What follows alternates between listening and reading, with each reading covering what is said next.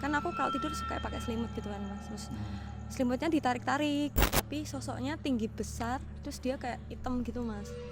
Jadi aku mimpi ibuku nikah sama jenazah. Hah?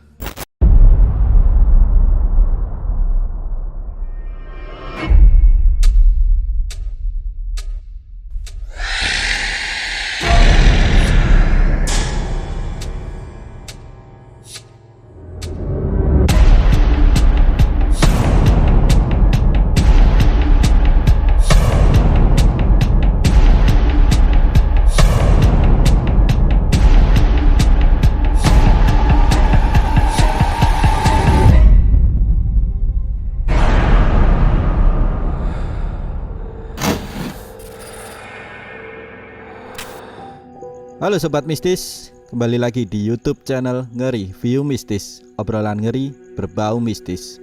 Pada kesempatan kali ini kita berlokasi di outdoor dengan narasumber cantik.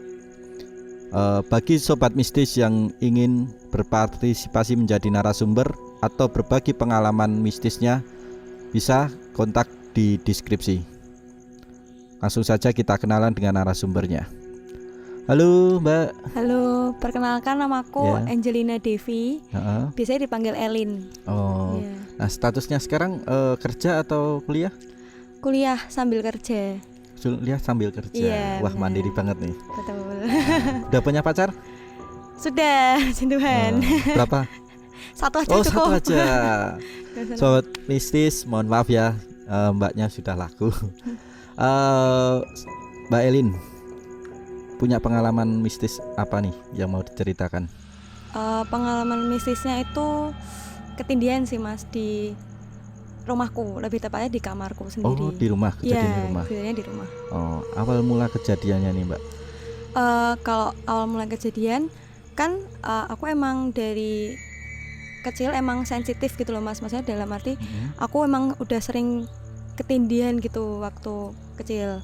Nah tapi sebenarnya beberapa waktu ini tuh udah nggak lagi, udah maksudnya ketika aku sekarang udah dewasa tuh udah jarang kayak gitu. Nah kejadian ini baru muncul lagi ketika aku sudah pindah ke rumah yang baru. Jadi aku kan pindah ke rumah baru itu 1 tahun lalu. Terus awalnya ya aku kira nggak ada apa-apa, maksudnya ya normal-normal aja, di rumah juga happy gitu, maksudnya nggak diganggu apa-apa juga. Tiba-tiba setelah 6 bulan berjalan di rumah baru, aku ada nih kejadian yang kok bikin aku kok ketindihan lagi ya, yang bikin aku heran gitu mas. Tuh sekitar Februari kemarin aku ketindihan lagi. Aku lupa harinya, tanggalnya aku lupa, pokoknya intinya aku masih biasa nih, maksudnya beristirahat biasa jam 10 tidur gitu. Terus tiba-tiba badanku kaku, maksudnya kayak nggak bisa digerakin gitu, seluruh badanku nge-freeze, mau nafas juga susah, sesak, mau teriak juga kayak ada yang nahan gitu, dan kayak dari atas tuh kayak ada yang neken gitu loh mas. nggak bisa gerak aja intinya. Terus aku kan udah yang panik gitu, maksudnya kok aku nggak bisa gerak nih, kenapa kok kayak gini. Nah ketika aku lagi struggle pengen menggerakkan tubuhku, aku melihat sesosok anak kecil gitu. Iya, anak kecil sekitar umur 4-5 tahun, cewek, dia pakai rok warna merah gitu. Dia lagi lari-lari di kamarku kayak lagi mainan gitu mas. Terus aku berusaha, maksudnya aku kan berdoa gitu karena aku udah takut kan, mesti kok kenapa nih dimulai digangguin lagi. Sekitar 10 menit 15 menit terus aku kebangun, terus kayak wah kaget gitu mas, kaget gitu kan. Aku kiranya tuh, itu awalnya pertanyaan aku ngiranya mimpi. Terus aku mikirnya ini paling udah pagi sih, jam 4 gitu. Aku mikirnya paling jam 4 jam 5 lah. Terus aku pas ngeliat jam, aku kaget karena itu baru jam 1 ternyata. Terus kayak waktu tidurku sama waktu aku mulai start tidur sampai aku kebangun gara-gara tindihan kok cepet banget. Maksudnya kalau itu mimpi tuh harusnya aku bisa, maksudnya kalau itu beneran mimpi bukan ketindihan, harusnya aku bangunnya pagi dong, maksudnya iya aku harusnya bangunnya pagi gitu loh Mas, Ya, bukan setengah yang subuh gitu ya. bukan yang tengah malam aku bangun lagi gitu gitu. Terus akhirnya aku sampai yang keringetan, yang sampai sampai takut gitu loh Mas, itu Bentar, sih. saya potong. Itu anak kecil, adik atau gimana? Aku nggak punya adik Mas, aku anak terakhir dari 2 bersaudara. Dan di rumah itu nggak ada anak kecil? Nggak ada Lalu? adik. Terus itu kan pertamanya terus kayak kok kayak gini, aku kan udah diam kan Mas, akhirnya bangun yang tengah malam itu setelah tindihan udah bingung, terus kayak berusaha mencerna kejadian tindihan itu lagi loh Mas. Maksudnya aku udah lama nggak tindihan kok tiba-tiba kayak gini lagi ya. Terus aku mikirnya awalnya mungkin kecapean nih akunya nih atau stres gitu awalnya. Aku nggak ambil pusing. Terus habis itu yaudah aku lanjutin tidur. Terus yaudah aku paginya bangun beraktivitas biasa, walaupun ada efek, maksudnya aku jadi lebih capek, jadi pusing, jadi kayak nggak buat berkegiatan tuh badannya nggak enak aja gitu Mas. Berarti ada efek setelah kejadian kayak gitu ya? Iya ada efeknya sih di aku, maksudnya jadi nggak fit aja gitu badannya setelah tindihan. Nah setelah kejadian itu ada kejadian yang lain mungkin di rumah itu? Itu kan pertama kejadian itu kan, terus aku kan pertamanya tidak mengambil pusing karena aku mikirnya ya mungkin karena aku sebelumnya terlalu banyak kegiatan. Terus beberapa hari kemudian aku ingat banget aku nggak main kemana-mana, pokoknya aku seharian itu aku stay di rumah terus dan aku tidak melakukan pekerjaan berat gitu loh Mas. Maksudnya ketika aku tidur aku tidak keadaan capek banget gitu. Terus aku tidur, aku ketindihan lagi kayak gitu lagi rasanya, mulai badannya nge-freeze lagi, nggak bisa gerak lagi, nggak bisa nafas lagi. Cuma aku melihat anak kecil itu lagi dan yang lebih maksudnya jadi lebih berkembang dalam arti kan kalau yang pertama kali kan aku cuma lihat dia lari-lari di kamarku. Yang ini yang kejadian kedua itu dia itu mainan rambut tuh loh Mas, misal rambutnya diginiin maksudnya dimainin gitu. Terus aku udah kayak aku ngelihat dia beneran main di sampingku, kayak mainin rambut gitu loh Mas, ngacak-ngacak rambut, kayak kok lebih parah, maksudnya kan udah berani deket gitu. Terus setelah itu aku ngelihat kan aku kalau tidur suka pakai selimut gitu kan Mas, terus selimutnya ditarik-tarik kayak nggak sedang narik gitu Mas. Dan itu aku maksudnya kalau itu mimpi masa aku bisa merasakan senyata itu gitu loh Mas, maksudnya aku masih bisa mengingat kejadian itu dengan jelas, dengan rasanya pun aku masih ingat ketindihan kayak gitu. Itu sih. Terus habis itu biasalah aku tetap berdoa, berusaha untuk pokoknya nggak mau aku harus sadar itu kan karena aku melihat dia beneran maksudnya di sampingku kasur persis kan Mas mainan rambutku. Aku udah kayak antara pengen bangun tapi kok nggak bisa gitu, kayak gitu kan. Tapi untungnya dia menampakkan sosoknya anak kecil itu dengan keadaan yang baik lah, dalam arti nggak rusak atau gimana? Nggak. Aku mikirnya dia itu sih Mas, maksudnya ya anak kecil gitu kan lucu sih, maksudnya dia cewek dikucir 2 pakai rok merah gitu tuh lucu. Tapi kan kalau selucu-lucunya kayak gitu kan tetap takut ya Mas yang ngalamin ya sih, tetap takut. Terus habis itu pas aku bisa bangun, terus aku kayak aku yakin nih berarti yang kemarin aku alamin itu bukan mimpi. Terus berarti emang ada sesuatu nih di kamarku yang emang harus aku harus tanya ke orang yang ngerti mistis kayak gitu. Kayak gitu kan. Tapi Mbak Elin sendiri juga cerita sama keluarga atau enggak kejadian? Pertamanya aku nggak berani cerita karena ibuku orangnya agak jirihan gitu loh Mas, maksudnya agak penakut. Karena aku sering, karena aku bekerja sambil kuliah, jadi kan aku jadi sering nggak di rumah. Nah yang aku sering ninggalin lanjut aja. Sering ninggalin ibuku sendiri di rumah. Nah aku takutnya kalau pas aku cerita nanti tuh ibuku jadi takut di rumah gitu loh Mas. Aku takutnya gitu. Makanya aku nggak yang cerita gitu, belum cerita sih waktu itu. Nah kejadiannya setelah Mbak pengen penasaran nih kenapa kok melihat sosok anak kecil dan ketindihan terus, akhirnya Mbak mencari solusinya kayak gimana? Pertamanya aku kepo sama rumahku itu Mas, maksudnya kok anak kecil ya, maksudnya kenapa nih aku mulai ketindihan lagi setelah di rumah ini, di rumah yang baru ini. Akhirnya aku tanya sama jadi ada tetanggaku yang sering main ke rumah gitu loh Mas. Dia sering ngajar les gitar gitu di rumahku. Aku tanya lah, kok aku beberapa kali sering digangguin sama anak kecil di sini gitu. Terus habis itu kayak katanya sih si tetanggaku itu bilang kalau di sekitaran rumahku memang banyak anak kecil yang emang sering main di situ. Maksudnya yang nungguin di situ tuh memang anak kecil gitu. Tapi kan aku kan antara percaya dan tidak ya Mas. Maksudnya kan aku nggak tahu ya apakah ini ceritanya dibikin-bikin atau emang atau buat nakut-nakutin aku aja, kan aku nggak ngerti. Terus ya aku pertamanya nggak mengambil, maksudnya nggak yang aku tangkap serius banget sih, ya mungkin oke, berarti emang ada, tapi aku nggak yang langsung takut banget gitu, enggak. Itu yang awalnya. Terus itu baru awal? Iya, itu awalnya.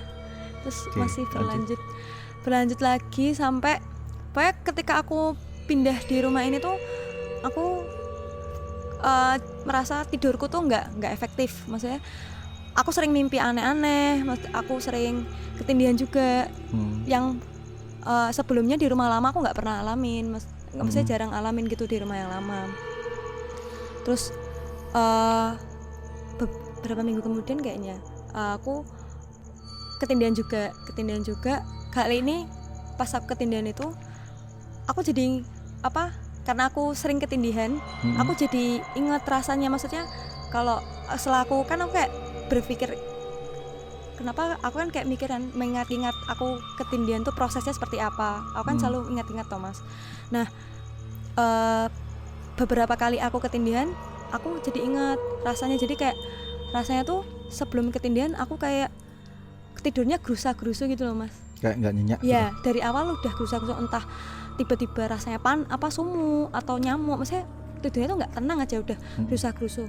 Nah kalau aku udah gerusa-gerusu pasti aku ketindihan malamnya. Udah aku ingat-ingat gitu loh. Setelah aku ingat-ingat beberapa kali, kok kayak gitu terus ya ternyata polanya. Itu intensitasnya hitungannya makin sering?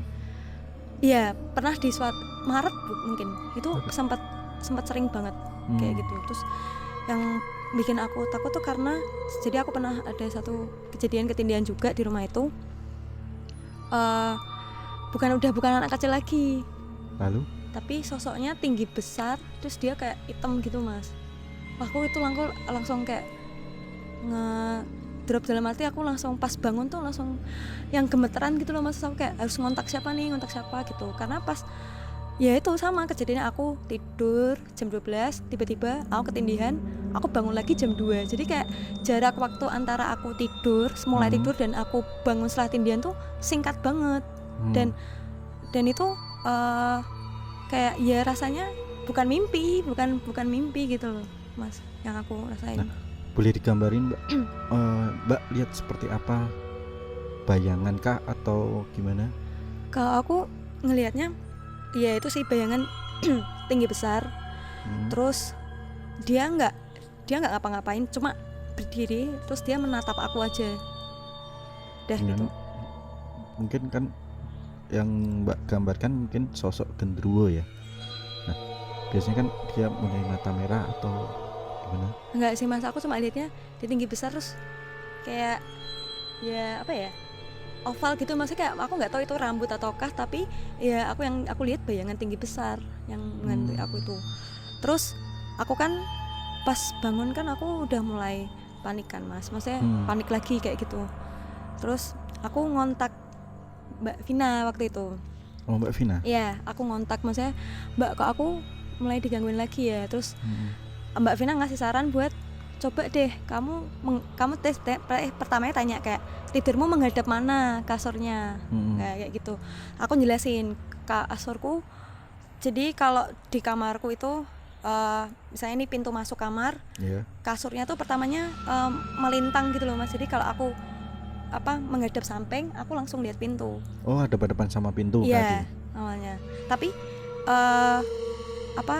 nggak langsung ada depan sama pintu. Maksudnya kalau kakekku gitu loh Mas yang ada depan pintu, aku kepalanya. Jadi misalnya ini pintu, ini kan kasur. Ya kepalaku yang di sini, ini yang kaki gitu. Awalnya gitu kasurnya. Terus dikasih saran coba kasurnya dipindah. Jadi kasurnya searah sama pintu. Searah sama pintu. Besoknya langsung aku langsung bilang ke ibuku buat mindahin kasur, aku bilang gitu. Terus ditanyain kan, kenapa kok pindah kasur gitu. Bilang ya aku digangguin sama makhluk di sini. Terus ibuku bilang, padahal ibu kan aku nggak tahu ibuku orangnya agak denial karena kayak biar nggak takut gitu loh Mas, makanya denial gitu. Terus kayak halah nggak mungkin, kamu aja ngarang gitu. Terus aku bilangnya apa ngarang, yang penting pindah sih gitu aku. Kayaknya ini intinya kasurnya harus pindah dulu lah biar nyaman lah ya di rumah itu ya. Udah kan kasurnya dipindah nih akhirnya. Aku pikir ketika kasurnya dipindah udah dong selesai, nggak akan ada gangguan lagi. Ternyata besoknya, jadi aku pindah kasur hari ini, besok malamnya aku digangguin. Jadi kan di rumahku itu kan belum ada ternitnya kan Mas. Jadi kayak langsung naik ke atap gitu loh. Langsung ke atap gitu kan. Nah tapi di sela-selanya tuh ada kayak bambu panjang gitu, semacam bambu panjang gitu. Emang pembangunannya belum selesai sih, jadi kayak ada bambu panjang gitu kan. Nah itu aku ngeliat sosoknya di situ di atas. Sosok apa? Kayak dia lagi di atas, terus semacam kayak jongkok tapi di atas gitu loh Mas. Sosok apa Mbak? Kayak si cewek, tapi aku nggak tahu itu cewek apa enggak, rambutnya panjang, terus dia lagi duduk, tapi bukan yang pakai, bukan celana gitu, bukan, tapi dia rambutnya panjang tuh duduk udah gitu tok di atas gitu. Terus kok pas kan udah mulai ketindihan lagi kan, terus kok badannya nggak enak gini segala macam. Terus pas bangun ya aku kesel, aku jujur aku jengkel Mas, karena pikirku kayak kok nggak selesai sih gangguannya, padahal udah ngakuin ini. Terus padahal besoknya aku ada shift pagi dan harus kerja, kenapa kok ganggunya tuh di saat aku harus besoknya bangun pagi gitu loh Mas. Kan badannya kan nggak enak, capek, jadi moodnya jelek juga kayak gitu. Terus sih Mas yang bikin aku sampai jengkel sih, lebih tepatnya kayak nggak mengganggu karena kan ke fisik langsung kan soalnya gitu. Aku masih penasaran dengan sosok wanita yang jongkok tadi. Mbak nggak ngelihat mukanya atau dia ketutupan rambutnya? Kan kalau Arab itu kan sebenarnya kayak, maksudnya kita nggak bisa ngelihat jelas gitu loh Mas, cuma ya slightly aja kan, karena ya, berarti kan soalnya itu juga gelap gitu loh Mas kamarnya. Nah, kan dalam keadaan gelap juga, terus kayak biasa antara setengah sadar kan karena pengen bangun tapi nggak bisa mau gerak-gerak, mau jadi kayak mau ngelirik aja tuh udah susah gitu loh Mas, tapi tahu kalau diliatin tuh tahu dari atas gitu. Gitu. Nah, tapi sekarang sudah hitungannya gangguan sudah berkurang. Sebenarnya aku belum tahu apakah ini sudah berakhir apa enggak, tapi menurutku gongnya yang bikin aku sampai speechless, maksudnya dalam hati aku nggak tahu harus gimana gitu.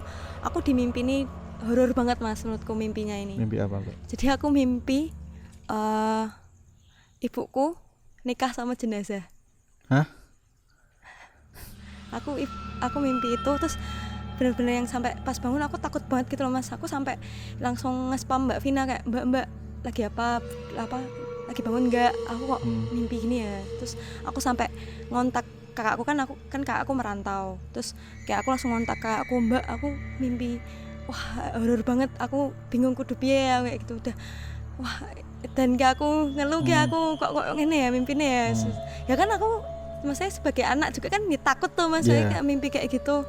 Terus ya panik juga sih. Terus aku nggak pernah berani cerita sama orang rumah karena aku awal-awal aku cerita aku ketindihan, tapi yang gongnya itu yang aku mimpi ibuku nikah sama jenazah itu aku nggak berani cerita. Sampai sekarang take video ini pun ibuku nggak tahu kalau aku pernah mimpi itu karena aku takut untuk cerita itu.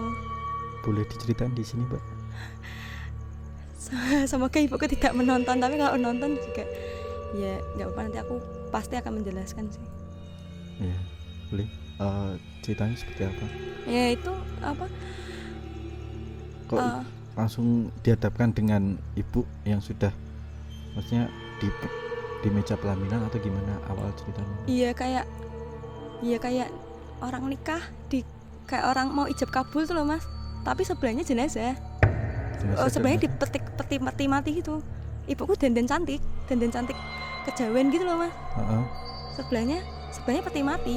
Berarti Mbak bermimpi ada di situ dengan kondisi ya ada ibu sama jenazah dan juga itu acara pernikahan orang Kristen ya berarti ya? Aku nggak tahu apa Kristen, tapi kayak ijab kabul gitu Mas. Maksudnya ijab kabul? Maksudnya kayak ada mejanya, terus ada ibuku sebelahnya ada peti matinya. Tapi nggak ngeliat jenazahnya itu Mbak? Jenazahnya aku nggak, jenazahnya tuh kayak peti mati dibuka tapi ada di situ, tapi kayak orang Kristen atau Katolik yang di jenazah kan biasanya ada kayak penutupnya yang putih tuh kan Mas. Ya itu tuh kayak ada tiranya putih gitu. Terus gongnya itu yang sampai bikin aku wah dan nih mimpinya kok makin parah ya sampai kayak gitu mimpinya. Terus habis itu aku sebenarnya itu mau minta tolong papahnya temanku, kan ada yang orang pintar gitu Mas. Maksudnya dia bisa membersihkan rumah dari kayak gitu dari gangguan misalnya ada yang sekiranya memang mengganggu dari rumah. Cuma aku belum bisa karena ya ada lain hal yang bikin belum bisa aja sih Mas kejadian buat dibersihin gitu rumahnya. Tapi Mbak menemukan arti dari ibu yang menikah dengan jenazah itu sudah? Aku jujur nggak mencari tahu karena aku udah takut sendiri Mas. Emang keep aja nggak? Iya aku keep aja udah. Artinya untuk apa tuh? Nggak mau cari tahu, udah takut sendiri. Seru-seru Mbak. Mungkin ada cerita lain Mbak? Apa ya Mas cerita lain? Mungkin di tempat kerja atau? Nggak ada sih Mas, cuma yang baru-baru ini sih ya, maksudnya yang bikin takutan tuh ya karena itu di rumah, di kamar kayak gitu. Yang parah separah itu.